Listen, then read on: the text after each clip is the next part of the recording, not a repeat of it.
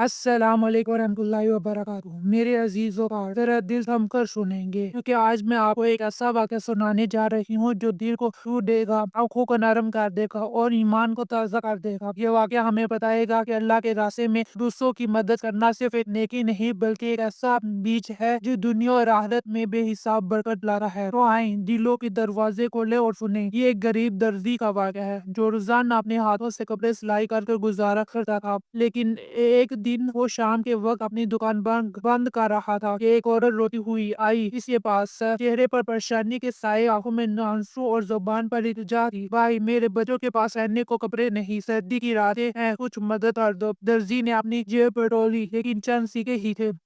اس نے دل میں سوچا، اگر میں نے یہ دے دیے تو کل میرے گھر کا چولہا کیسے چلے گا؟ مگر پھر دل کی گہرائی سے آواز آئی، یہ امتحان ہے تیرے ایمان کا۔ وہ چند سیکے اس عورت کے ہاتھ میں رکھ دیے اور بولا، یہ تھوڑے ہیں لیکن دعا کرنا اللہ اس میں برکت ڈال دے۔ اور روتے ہوئے دعا دیتی چلی گئی۔ درزی کا دل سکون سے بھر گیا۔ لیکن دوستوں، کہانی یہی ختم نہیں ہوئی۔ یہ اگلی صبح جب درزی دکان پہنچا تو دیکھا کہ دکان کے سامنے ایک اجنبی کھڑا تھا۔ وہ بولا، کہ تم وہی درزی ہو جو کپڑے سلائی کرتا ہے؟ درزی نے سر جھکا کر کہا، اللہ کی دی ہوئی توفیق سے کام کرتا ہوں حضور۔ اس اجنبی نے اپنی قیمتی کپڑے نکالے اور کہا، میرے لیے کپڑے سلائی کر دو گے؟ درزی نے کام مکمل کیا تو اجنبی نے خوش ہو کر کہا، تمہارے کام کی تو بہت تعریف سنی ہے، یہ لو اپنی مزدوری۔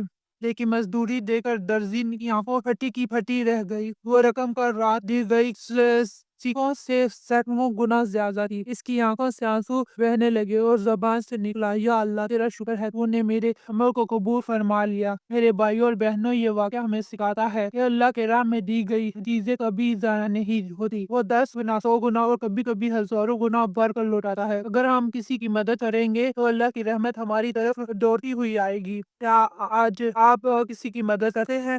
یاد رکھیں، جو ہاتھ دوسروں کے لیے ہوتے ہیں، اللہ انہیں کبھی خالی نہیں لوٹاتا۔ اللہ ہم سب کو نیک عمل کرنے کی